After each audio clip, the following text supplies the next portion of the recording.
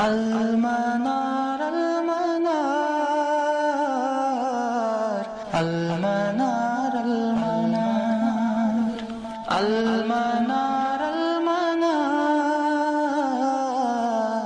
المنار المنار اے امین علم و فن، اے حکمتوں کے انجمن، تجھ پہ نازاں ہے چمن، تجھ پہ نازاں ہے چمن۔ السلام علیکم ورحمۃ اللہ وبرکاتہ۔ الحمد للہ وکفا وسلام علی عبادہ الذین اصطفى، اما بعد، قال اللہ تعالی فی القرآن المجید کما ورد فی سورة البقرہ، فاعوذ باللہ من الشیطان الرجیم، بسم اللہ الرحمن الرحیم۔ وَإِن كُنتُمْ فِي رَيْبٍ مِّمَّا نَزَّلْنَا عَلَىٰ عَبْدِنَا فَأْتُوا بِسُورَةٍ مِّن مِّثْلِهِ وَادْعُوا شُهَدَاءَكُم مِّن دُونِ اللَّهِ إِن كُنتُمْ صَادِقِينَ فَإِن لَّمْ تَفْعَلُوا وَلَن تَفْعَلُوا فَاتَّقُوا النَّارَ الَّتِي وَقُودُهَا النَّاسُ وَالْحِجَارَةُ أُعِدَّتْ لِلْكَافِرِينَ رب اشرح لي صدري ويسر لي أمري واحلل عقدة من لساني يفقهوا قولي اللهم أرنا الحق حقا وارزقنا اتباعه وأرنا الباطل باطلا وارزقنا اجتنابه اللهم وفقنا لما تحب وترضى ربنا آتنا في الدنيا حسنة وفي الآخرة حسنة وقنا عذاب النار آمین یا رب العالمین۔ اللہ تبارک و تعالیٰ کے فضل و احسان سے آج ہم المنار جموں کشمیر کے ایک نئے تعلیمی سال کا آغاز کر رہے ہیں فارملی۔ تو پچھلی اتوار کو ہم نے کچھ انفارمل انٹریکشن آپ کے ساتھ کی تھی، تو آج سے انشاءاللہ تعالی ہم براہ راست یعنی اپنے جو ہمارے سبجیکٹس یہاں پر متعین کیے گئے ہیں ان کا مطالعہ شروع کریں گے۔ تو میرے ساتھ جو آپ سبجیکٹ پڑھ رہے ہیں، جیسا کہ آپ سب لوگ جانتے ہیں کہ وہ علوم القرآن ہے، اور علوم القرآن کے حوالے سے ہمارے نصاب میں جو کتاب مقرر کی گئی ہے وہ آپ کی سلسلۃ المتون کی صفحہ نمبر 7 سے شروع ہوتی ہے۔ تو یہ بنیادی طور پر علوم القرآن کے حوالے سے ایک نظم لکھی گئی ہے، جس نظم کا نام ہے النظم الحبیر فی علوم القرآن و اصول تفسیر۔ اس نظم کے لکھنے والے امام حرم مکی شیخ سعود ابن شریم حفظہ اللہ تعالی وہ ہیں۔ لیکن کتاب کو شروع کرنے سے پہلے، اس نظم کا مطالعہ شروع کرنے سے پہلے علوم القرآن کے حوالے سے کچھ تمہیدی گزارشات میں آپ کے سامنے پیش کروں گا، تاکہ ہمارے سامنے یہ بات واضح ہو جائے کہ ہم جو چیز پڑھ رہے ہیں وہ ہے کیا۔ تو ایک بات سب سے پہلے ذہن نشین کرنی ضروری ہے کہ کسی بھی علم کو پڑھنے سے پہلے اس علم کا صحیح تصور ہونا آپ کے سامنے بہت زیادہ ضروری ہے۔ جیسا کہ ہم جانتے ہیں کہ علوم الشرعیہ جو ہے، یہ شرعی علوم ایک کمپلیٹ پیکیج ہے، چاہے آپ عقیدہ کی بات کریں، آپ اصول الحدیث کی بات کریں، آپ نحو کی بات کریں، یعنی اور کسی بھی علم کی بات کریں، یہ سب علوم مل کر ایک ہول بناتے ہیں، یعنی یہ سب مل کر ایک مقصد تک ہمیں پہنچاتے ہیں۔ وہ کیا ہے کہ شارع کی مراد کو سمجھنا، اللہ رب العزت نے جو شریعت نازل فرمائی ہے اس شریعت کو سمجھنا۔ اس شریعت کو سمجھنے کے حوالے سے ہمارے پاس مختلف ٹولز موجود ہیں۔ تو بنیادی طور پر یہ سب جو علوم ہم پڑھ رہے ہیں ان کا ہم ایک مشترک نام دیتے ہیں العلوم الشرعیہ۔ لیکن اب علوم الشرعیہ کے اندر اپنی ڈویژن موجود ہے، یعنی یہاں پر ہر ایک میدان کا اپنا ڈومین ہے۔ علوم القرآن میں ہم شرعی علوم کے بعض مسائل کو سمجھنے کا طریقہ پڑھتے ہیں، اسی طریقے سے اصول الحدیث کا اپنا ایک ڈومین ہے، اسی طریقے سے علم العقیدہ کا اپنا الگ ڈومین ہے، عربی زبان کا اپنا الگ ایک ڈومین ہے۔ تو اس علم میں جو ہم یہ کلاسیفیکیشن کرتے ہیں، اس کلاسیفیکیشن کو سمجھنے کے لیے کہ ان علوم میں آپس میں کیا فرق پایا جاتا ہے،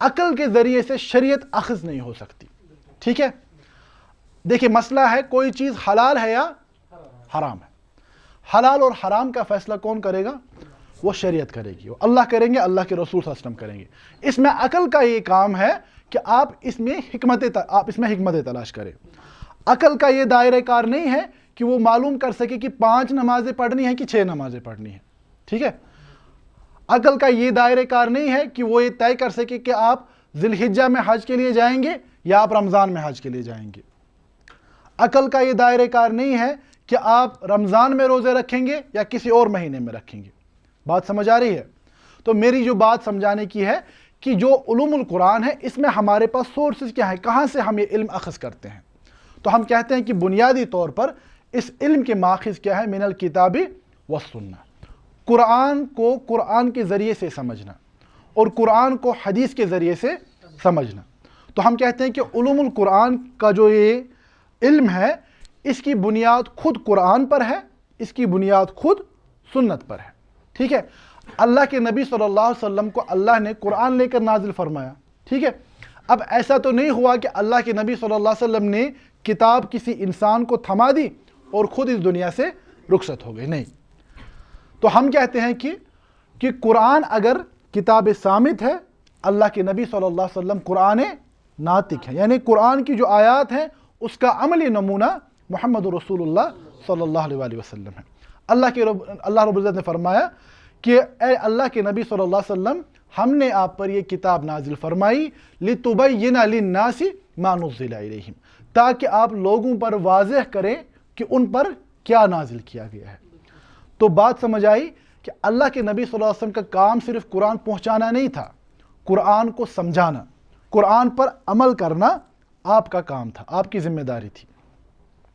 تو ہم اس اعتبار سے یہ بات کہیں گے کہ علوم القرآن میں ہمارا مقصد کیا ہے؟ قرآن کو سمجھنا. تو قرآن کو سمجھانے والے سب سے پہلے کون ہیں؟ قرآن کے سب سے پہلے شارح کون ہے؟ خود اللہ کے نبی صلی اللہ علیہ وسلم. دیکھیں, جس دن یہ بات ذہن سے نکل گئی یا جس دن اس بات کے بارے میں شبہات پیدا ہو گئی, یہی انکار حدیث کا دروازہ بھی بن جاتا ہے اور یہی اسلام کے صحیح فہم کے راستے سے ہٹ جانے کی بنیادیں بھی بنتی ہیں. اللہ کے نبی صلی اللہ علیہ وسلم معاذ اللہ ڈاکیا نہیں تھے کہ وہ آپ کے پاس ڈاک لے کر آ گئے, قرآن تھما دیا اور خود یعنی نکل گئے. نہیں, ایسا نہیں. انہوں نے قرآن جو ہے ان پر نازل کیا گیا, انہوں نے قرآن پڑھا, اس پر خود پہلے ایمان لایا. آمن الرسول بما انزل الیہ من ربہ والمؤمنون. اس کے بعد قرآن اپنے صحابہ کو سکھایا, قرآن کو خود جمع بھی کروایا, اس کے بعد قرآن کی معانی سمجھائے اور قرآن کو عملاً نافذ کر کے دکھایا. تو ہم کہتے ہیں اسی لیے علوم القرآن کا جو بیسک فریم ورک ہے اس کی بنیادیں خود اللہ کے نبی صلی اللہ علیہ وسلم نے فراہم کی ہیں. قرآن کو کیسے سمجھا جائے اس کی طرف ہمیں قرآن کی آیات یعنی دلالت کرتی ہیں. اس کے بعد ہم کہتے ہیں وہ کلام صحابہ.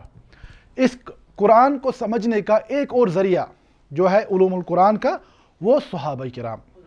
صحابہ اس اعتبار سے کہ اللہ کے نبی صلی اللہ علیہ وسلم سے براہ راست جن لوگوں نے علم حاصل کیا وہ صحابہ ہیں.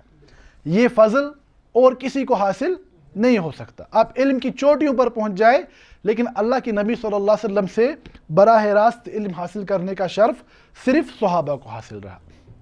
تو اس اعتبار سے کہ جو بات صحابہ کہتے ہیں تو وہ علم کے ہر ایک میدان میں ہمارے لیے یعنی ایک حجت کا درجہ رکھتی ہے. تو ہم کہتے ہیں کہ علوم القرآن کی بنیادیں رکھنے والے, اس کو بطور ایک فن یعنی اس کی بنیادیں ڈالنے والے وہ صحابہ ہیں رضوان اللہ علیہم. وہ کیسے ہیں, انہوں نے کیا کیا, اس کی طرف ہم تفصیل سے آ رہے ہیں. ابھی میں خالی کچھ آپ کے سامنے ہائی لائٹس بیان کر رہا ہوں, اس میں سے ہر ایک بات کی اپنی تفصیل اور وہی ہمیں یعنی پورے سال انشاءاللہ پڑھنا ہے. اور اس کے بعد وَمَن بَعْدُهُم مِّنَ الْعُلَمَاءِ الَّذِينَ أَصَّلُوا لِعُلُومِهِ, اور اس کے بعد وہ علماء جنہوں نے علوم القرآن کو قرآن, حدیث اور فہم صحابہ کی روشنی میں بطور فن مدون کیا. ہم دیکھتے ہیں کہ علوم القرآن میں مثال کے طور پر امام بدر الدین زرکشی رحمہ اللہ کا اونچا مقام ہے. البرہان فی علوم القرآن انہوں نے کتاب لکھی, یا امام جلال الدین سیوطی کی الاتقان. یہ لوگ علوم القرآن کے میدان میں امامت کا درجہ رکھتے ہیں.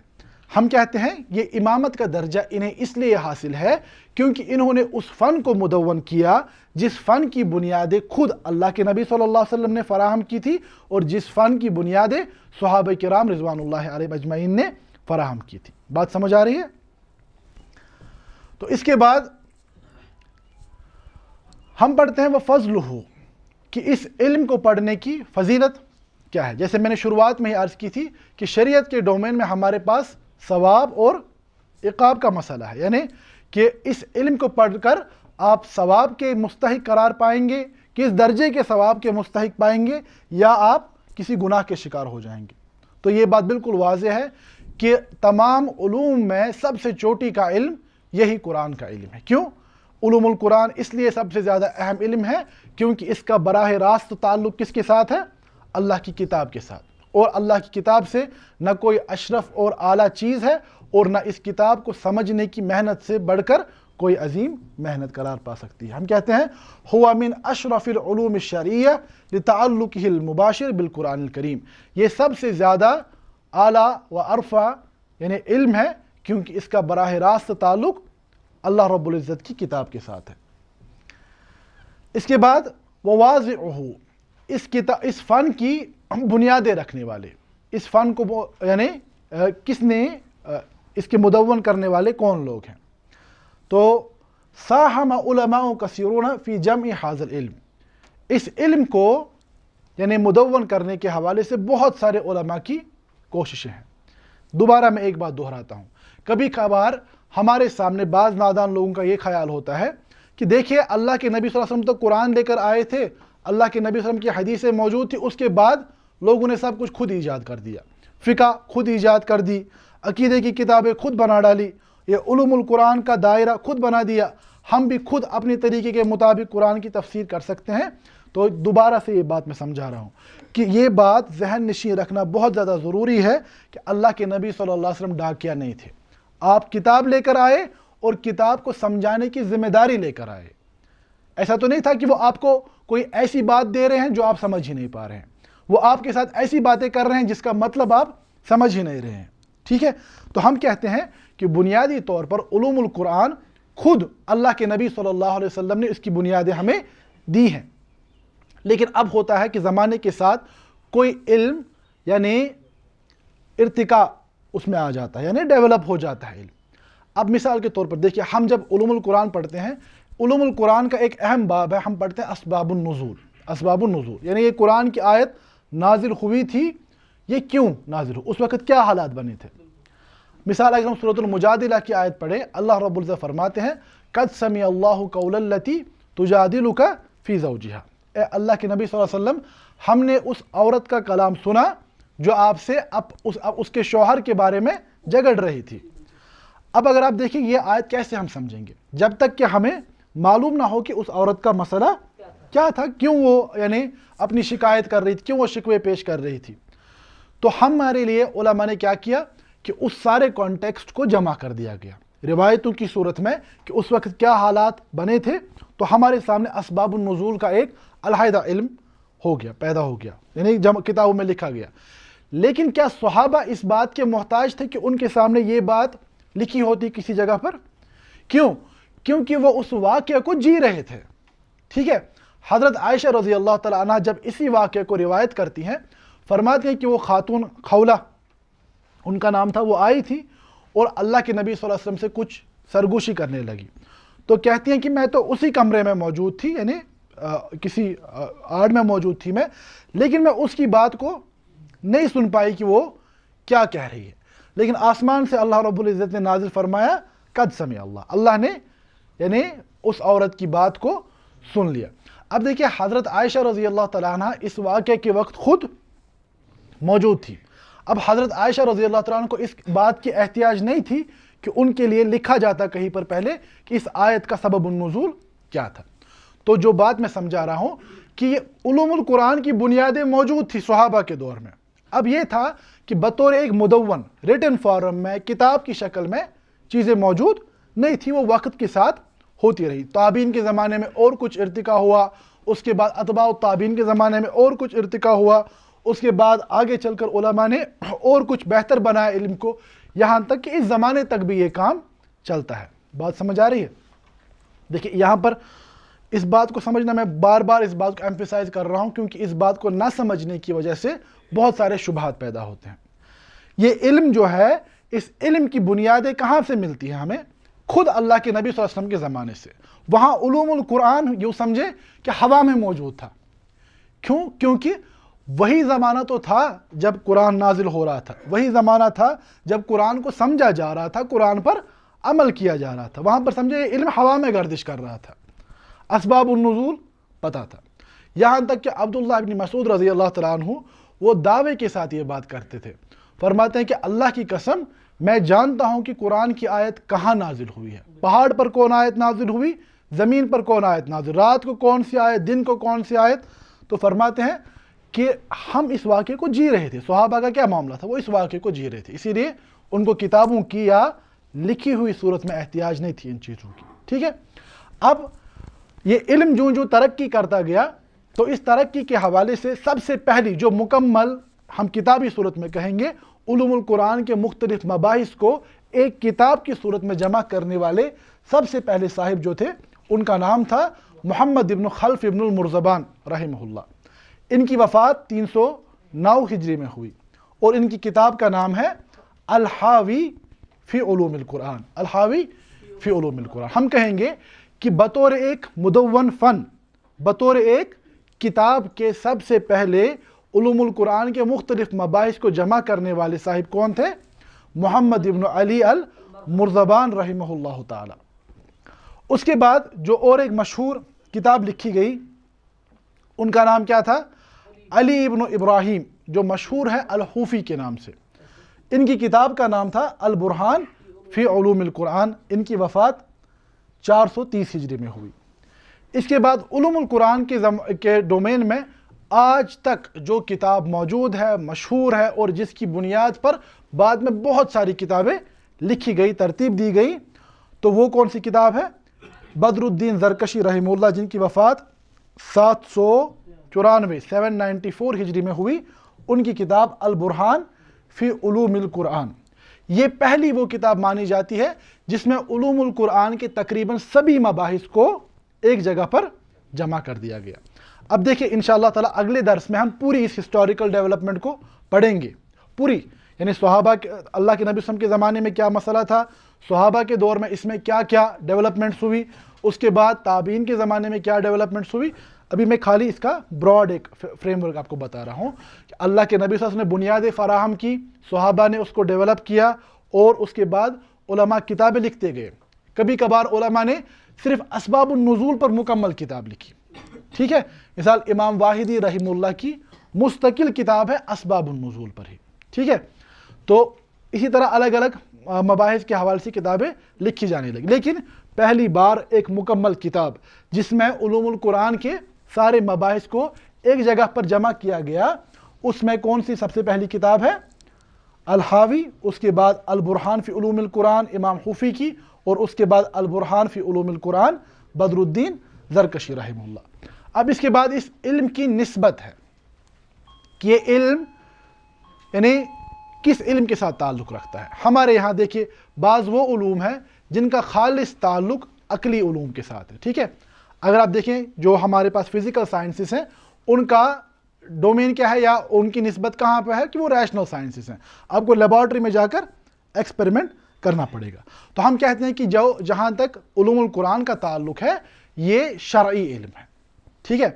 اب علوم العقلیہ کنہیں کہتے ہیں، علوم الشریعہ کون ہے، علوم النافع کون ہے، غیر نافع کون ہے، اس کے بارے میں نے عرض کیا جب ہم وحی کی بحث کو پڑھیں گے تو اس وقت انشاءاللہ ہم تفصیل سے کریں گے بات۔ تو اگر ہمیں یہ کہا جائے کہ علوم القرآن علم کی کس شاخ کے ساتھ تعلق رکھتا ہے، ہم کہیں گے کہ یہ علوم شرعیہ کے ساتھ تعلق رکھتا ہے۔ اس کے بعد حکم الشارع، کہ شارع کا اس کے بارے میں، شارع مطلب اللہ، شریعت کو بیان کرنے والے، شارع مطلب اللہ کے نبی صلی اللہ علیہ وسلم۔ تو فرماتے ہیں کہ شارع کا اس پہ کیا حکم ہے کہ یہ ہے فرض کفایہ۔ یہ فرض کفایہ کسے کہتے ہیں کہ امت کے بعض افراد اگر اسے ادا کریں تو باقیوں سے ذمہ داری ساقط ہو جائے گی، اگر سب کے سب چھوڑ دیں تو سب کے سب گناہگار ہو جائیں گے۔ تو جب ہم یہاں پر علوم القرآن کو پڑھ رہے ہیں تو ہم امت کی طرف سے انشاءاللہ تعالی ایک فرض کفایہ کو ادا کر رہے ہیں انشاءاللہ۔ اور اس کے بعد اس کے مسائل کیا ہیں، اس کے یعنی جو ٹاپکس ہیں، اس میں ہم کن کن چیزوں کو پڑھتے ہیں۔ ہم کہتے ہیں کہ اس کے تمام جملہ مباحث بنیادی طور پر 6 قسمیں کے مباحث ہیں۔ سب سے پہلے ما یرجع الی النزول زمانا و مکانا، وہ مباحث جن کا تعلق قرآن کے نزول کے ساتھ ہے۔ قرآن کے نزول میں یہ آیت مکی ہے یا مدنی ہے، صیفی ہے، شتائی ہے، لیلی، نہاری، ٹھیک ہے، تو وہ مباحث جن کا تعلق قرآن کے نزول کے ساتھ ہے۔ دوسرا ہم کہتے ہیں ما یرجع الی السند، وہ مباحث جن کا تعلق قرآن کی سند کے ساتھ ہے۔ سند سے کیا مراد ہے؟ میں فی الحال بالکل عام الفاظ میں کہہ رہا ہوں کہ قرآن ہم تک پہنچا ہے، ٹھیک ہے، ہم تک کیسے پہنچا ہے، ہمیں کیا پتا، کیسے پتا کہ یہ قرآن وہی قرآن ہے جو اللہ کے نبی صلی اللہ علیہ وسلم پڑھا کرتے تھے۔ اب اس کی ساری اپنی ایک بحث ہے کہ کیسے قرآن منتقل ہوتا رہا ہے ہر ایک جنریشن میں، قرآن کیسے آج ہم تک اپنی محفوظ صورت میں پہنچا ہے۔ اب تیسری قسم ہے ما یرجع الی الادا، اب قرآن آپ تک پہنچا، اس کے بعد سب سے پہلی ذمہ داری کیا ہے؟ قرآن کو درست طریقے پر پڑھنے کا مسئلہ ہے، یعنی ان مباحث کا تذکرہ جو قرآن کی ادائیگی کے ساتھ تعلق رکھتے ہیں، اس میں تجوید کے مسائل آ جائیں گے۔ اس کے بعد ما یرجع الی الفاظ، اب آپ نے یعنی قرآن کو پڑھنا شروع کر دیا، اب ان الفاظ کو سمجھنا، ٹھیک ہے، پورا جملہ سمجھنے سے پہلے ضروری ہے کہ آپ پہلے الفاظ کو سمجھیں، ٹھیک ہے۔ میں اگر کہوں گا کہ محمود بہادر ہے، اگر کوئی لفظ نہ بہادر کو سمجھتا ہے نہ محمود کا مطلب سمجھتا ہے تو اس جملے میں آپ کیا کہنا چاہتے ہیں وہ سمجھ۔ اب الفاظ کی قسم، الفاظ ہر ایک اعتبار یعنی الفاظ کی دلالت کا جو مسئلہ ہے، دیکھیں ہم عربی زبان میں اسد جو ہے، اسد ہم شیر کو بھی کہتے ہیں، اسد ہم بہادر انسان کو بھی کہتے ہیں۔ اب شیر کے لیے کب استعمال ہو رہا ہے اور بہادر انسان کے لیے کب استعمال ہو رہا ہے، وہ تب تک آپ نہیں سمجھ پائیں گے جب تک کہ آپ الفاظ کو درست طریقے پر سمجھنے کا طریقہ نہ سمجھیں۔ اب اس کے بعد یہ الفاظ مل کر کیا بناتے ہیں؟ یہ آیات الفاظ کا مجموعہ ہے اور ان سے ہی ہم احکامات اخذ کرتے ہیں، ٹھیک ہے۔ دیکھیے مثال کے طور پر ثلاثۃ قروء کہا گیا کہ عدت کا مسئلہ کہ 3 قروء، ٹھیک ہے۔ اب اس سے مراد حیض ہے یا اس سے مراد طہر ہے، ٹھیک ہے۔ اب ان الفاظ سے کیا معنی یعنی اخذ کیے جاتے ہیں، ان کو کیسے سمجھا جائے، اس سے متعلق مباحث کا تذکرہ علوم القرآن میں آتا ہے۔ تو یہ سارے جو یعنی مباحث ہیں، یہ کل ملا کر ہمارے سامنے کیا بناتا ہے؟ علوم القرآن کا ایک فریم ورک ہمارے سامنے آتا ہے۔ تو آخر پر آپ دوبارہ سے ہم سب مل کر محمد ابن علی الصبان رحمہ اللہ کے اس شعر کو دہراتے ہیں۔ فرماتے ہیں ان مبادئ کل فن عشرہ، بے شک ہر کسی فن کی بنیاد 10 چیزوں پر ہے۔ الحد، اس علم کی حد یعنی تعریف، ڈیفینیشن، والموضوع، اس علم کا موضوع کیا ہے، ثم الثمرہ، اس علم کا فائدہ کیا ہے، ونسبۃ، اور یہ علم کی کس شاخ کی طرف منسوب کیا جاتا ہے، ٹھیک ہے، وفضلہ، اور اس علم کا پڑھنے کا ثواب، اس کی فضیلت کیا ہے، والواضع، اور اس علم کی بنیادیں رکھنے والا کون ہے، والاسم، اور اس علم کا نام کیا ہے، والاستمداد، اور اس علم کے ماخذ سورسز کیا ہے، حکم الشارع، اور اس علم پر شارع کا حکم کیا ہے، مسائل، اور اس علم کے مسائل کیا کیا ہے، والبعض بالبعض اکتفا ومن در الجمیع ھذا شرف، فرماتے ہیں کہ پس جس نے ان 10 کے 10 بنیادوں کا یعنی احاطہ کیا، ان کو سمجھا، تو وہ شرف کے مقام پر پہنچ گیا، اس نے اس علم کو حاصل کرنے کا شرف حاصل کر لیا۔ تو بنیادی طور پر یہ یعنی ایک بنیادی ایک براڈ ہمارے سامنے ایک فریم ورک آیا ہے۔ اب ان میں سے ہر ایک چیز، ہر ایک بات کی اپنی اپنی تفصیلات ہیں۔